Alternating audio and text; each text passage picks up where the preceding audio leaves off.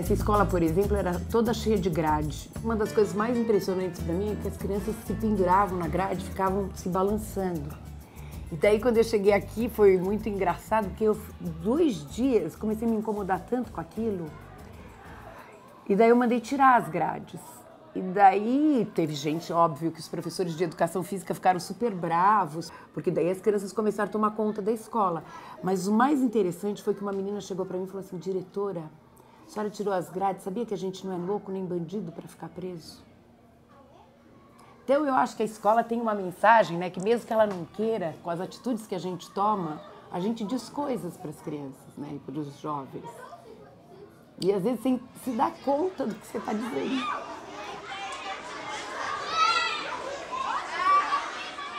Por exemplo, a escola era toda cinza e a camiseta das crianças também era cinza. E daí eu comecei a ficar muito encafifada, por que tudo era tão cinza e tão escuro? E daí eu perguntei para uma funcionária que estava aqui há tempo, mas por que é tão cinza? Daí ela me dizia assim: ah, é para não aparecer a sujeira. Daí a gente trocou a cor da camiseta para branco, daí a gente começou a pintar a escola.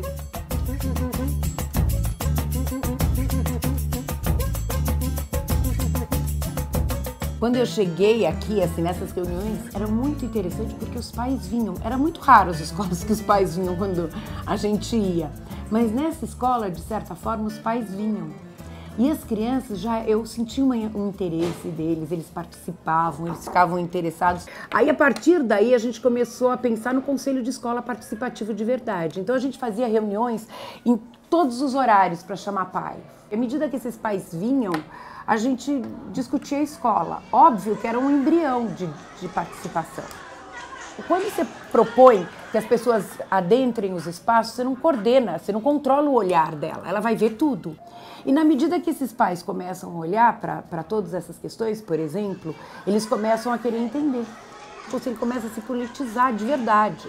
Aí tudo que a gente apresentava para o conselho de escola, eles diziam: não basta isso, a gente quer saber como é que vai ser de verdade, na prática.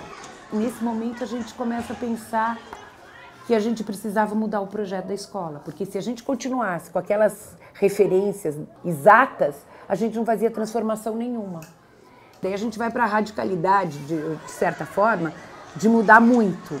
A gente tem o ciclo de alfabetização em um salão, então tem aproximadamente 100 estudantes nesse ciclo de alfabetização. As crianças que chegam na escola e as crianças que ainda estão nesse processo inicial de alfabetização, que é no primeiro andar 2 salas juntas, né, sem parede entre 2 salas. Aí tem o salão um pouco maior de ciclo 1, são 3 salas juntas, sem parede, onde ficam os estudantes de terceiro, de quarto e de quinto, e que já têm uma mínima autonomia leitora e escritora para trabalhar sozinhos com roteiro.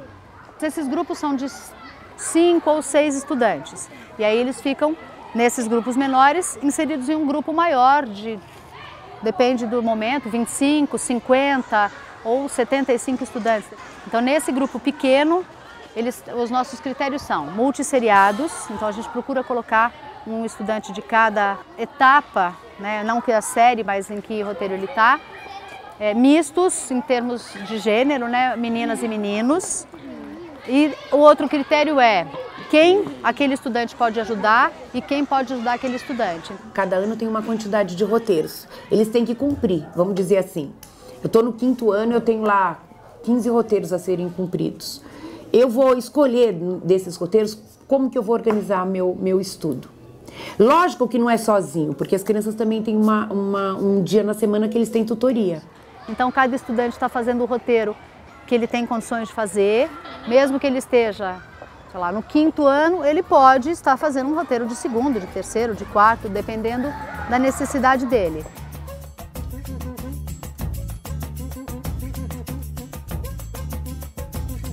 As crianças começam a entender que elas não aprendem nem do mesmo jeito e nem da mesma hora, né? Então, existe uma possibilidade de aprendizagem que se dá em tempos diferentes, em processos diferentes e que cada um tem a sua. E que não é porque eu demoro mais para aprender do que uma pessoa que aprende bem depressa que eu sou menos, né? Todo mundo tem espaço, todo mundo pode aprender, enfim. E eu acho que a questão da entrada da cultura no Amorim, ela é muito forte por conta disso. Porque a cultura nos ensina uma outra forma de lidar com as diferenças, com as perspectivas diferenças, com a diferença pessoal, né? Assim, eu sou de um jeito, você pode ser de outro e a gente pode conviver. Então, tudo isso está posto nessa escola. A gente tem várias atividades além do roteiro. A gente tem leitura escrita, informática, danças étnicas e também a gente tem cultura corporal e a gente também tem educação física e... Tem aula de latim? É, latim. As aulas de grego e latim foram incorporadas à grade do 4º e 6º ano. Nesse primeiro semestre a gente só trabalha com alfabeto, com alfabetização das crianças em grego. Por enquanto a proposta tem dado certo, tem sido positiva porque eles adquirem uma consciência de como o português funciona aprendendo outra língua. E tudo isso, de certa forma, pensado a partir das nossas matrizes de pessoa, de cultura, que são as matrizes afro e as matrizes indígenas. Então essas coisas não acontecem à toa. Tem um exemplo que eu acho muito lindo. A gente tinha uma criança que tinha uma dificuldade, assim, tinha uma questão no processo de desenvolvimento dela. Quando começava a roda da capoeira, todo mundo, todos os meninos que jogavam bem, contavam onde essa menina estava para não ter que jogar com ela. E o mestre de capoeira olhava todo dia aquela cena. Então, um dia ele se deu conta de que ele precisava tomar uma atitude. Na hora que todo mundo se organiza, ele pergunta, bom, todo mundo já está no lugar que quer estar? E daí ele entra na roda. E na hora que ele entra na roda, ele quebra a organização que as crianças tinham feito para não jogar com essa menina. E aí é muito legal porque ele não precisou dizer para as crianças que ela tinha que estar naquele grupo e todo mundo tinha que jogar com ela, né? Ele faz de outro jeito. E eu acho que a cultura tem outra porta de entrada para a gente se entender, né? Então, eu penso que esse projeto, quando ele vai sendo banhado por essas questões culturais, ele vai dando uma possibilidade de vida, outra, né? De uma perspectiva real, da gente entender que todo mundo tem que estar dentro. Nesse momento, a gente está utilizando principalmente o livro didático como fonte de pesquisa, mas isso podia ser ampliado. Eu acho que a gente já está com 7 mil livros catalogados. Esses 7 mil livros catalogados estão nessa nuvem, as crianças podem acessar. Só que por conta da gente não ter uma questão tecnológica funcionando, eu acho que dificulta muito as coisas que a gente tem não sendo usada. Então, se a gente tivesse esse acesso, seria fantástico.